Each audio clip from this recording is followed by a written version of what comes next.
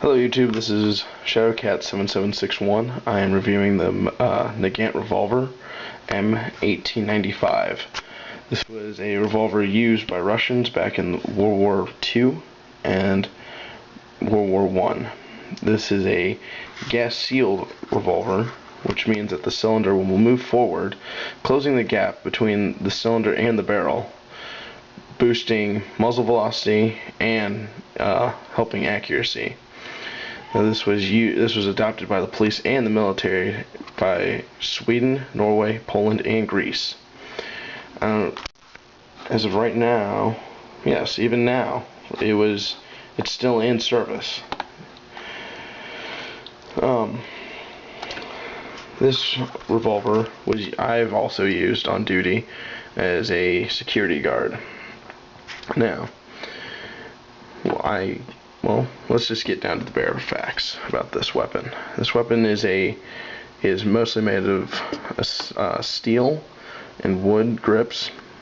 It's actually very nice. It's a very kind of heavy weapon, so this will help with recoil. I've fired this weapon myself and taken it apart to inspect it to make sure everything, is functional. And like all good videos, we should start with making sure everything is empty. So as I cycle along, the cylinder is in fact empty.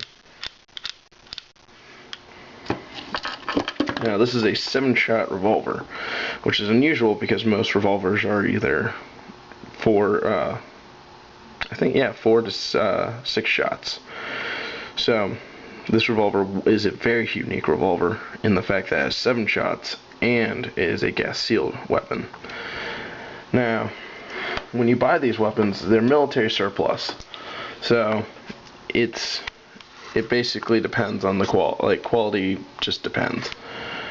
I mean, some of them have been used a lot, so firing them could be dangerous. So before you ever handle one of these weapons, I suggest that either A, you take it apart and inspect it yourself, or have a licensed gunsmith. Now, as for me, I have had licensed gunsmiths and myself check this weapon. Now, moving on, with this weapon is included this lanyard. I don't use lanyards at all. I think it was used just in case, so the revolver wouldn't fall off of you, of course. And if you're on a motorcycle, or if soldiers were driving around or falling down, this weapon would not fall off of you. And also, you get this military holster, as all great military holsters seem like now. There's this giant flap with a bunch of different writings, symbols, all that, and it's really nice. I actually kind of like this holster. I haven't used it for my carry though, because like I said, I do use this weapon as my carry, but I haven't used this holster actually in a while. I've used it a few times when I first got my carry from it. Moving on, you have a nice little ammo pouch. Holds more rounds. Actually, speaking of the rounds, the 7.62 by 38R rounds are kind of hard to come by. Well, in my state it is. I know of one place that holds them. This round is very unique in the fact that it is part of the gas seal process. This little lip here, and the round sits just a little bit down below here. Now, reloading these rounds I've heard is very dangerous. So, I mean, for all those people out there who like to reload, their old brass, I wouldn't suggest it. But I mean, that's what you like to do. I mean, more power to you. Just be careful. Now, like I said, this weapon can hold 7 rounds, and the thing about it, the problem I have with this weapon, I mean, I love Russian weapons, but the only qualm I have, there's 2 of them. The single sort of loading action is difficult when you need to reload. I've never had to run into an instance where I needed to reload this weapon. I mean, and like I said, I was this armed security guard for a little bit, so I was fortunate enough never having to reload or get into any firefight with this. But I mean,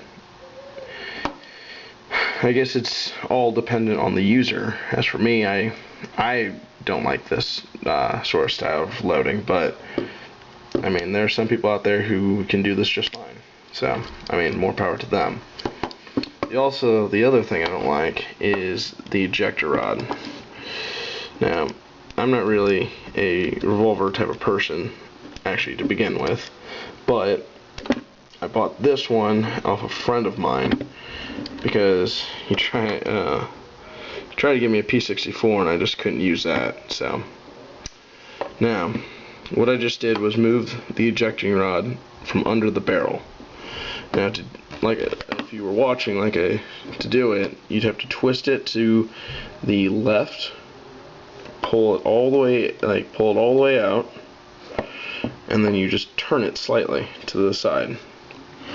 And the ejector rod should line up with the barrel that you're about to eject a shell out of. Now, you just push it this way. You just push it in, and it should go right into the chamber that you're ejecting around from. Now, I can demonstrate this. I am using an empty shell, so this shell is completely empty. As you can see, that's an empty shell, and here's a fully loaded one. So you can see the round in this one, and that one does not have a round. So I am using the empty one to show you how this ejection rod system works. As you can tell, it's already been fired. So to load this weapon, you pick it up, and you just line it up into here. And of course, this has already been fired, so you'll hear a snapping sound with mine, because this rim, these expand when they're way out. So it expanded. So that was loading. Now to unload it, you line it up. Hold on. I gotta turn the cylinder around.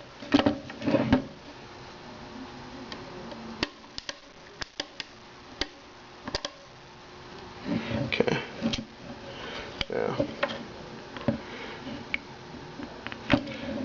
hold on. There we go. As you can see, the shelf flew right out. Now, and that is how to properly eject these rounds. Because when you fire them, this little lip here will expand, and it will kind of stay in the cylinder. So just pulling, holding this up like this will not let the round, the cartridge, the empty shell fall. You have to actually sometimes use this ejecting rod. Now, to lock it back up, you just twist it back over, push it back in, and turn it to the right. But these revolvers are a lot of these are collector revolvers.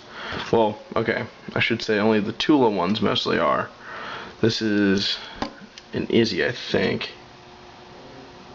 I could be mistaken. It might be the other way around, but I'm not completely sure. I'm pretty sure I heard that Tula was the one that everyone was looking after. But I can see I'm already at my 9-minute mark, so I'm going to end it with this. So overall, this weapon is a good rugged weapon. The cartridge is not a high-powered cartridge, so if you're looking for a round that's, you know, going to penetrate, I mean, this will penetrate but not leave much damage. Most of anything else of all, this weapon, I don't like this loading gate and the ejector rod. That's it. Those are my only qualms with this weapon. Like I said, I don't like revolvers, but I do like this revolver. in particular, because I mean, well, first, it's my first weapon, it's my, you know, my primary carry, and I mean, I trust this weapon with my life. My other videos will have, you know, me disassembling this weapon, and so on and so forth. Alright, thanks for watching. See ya.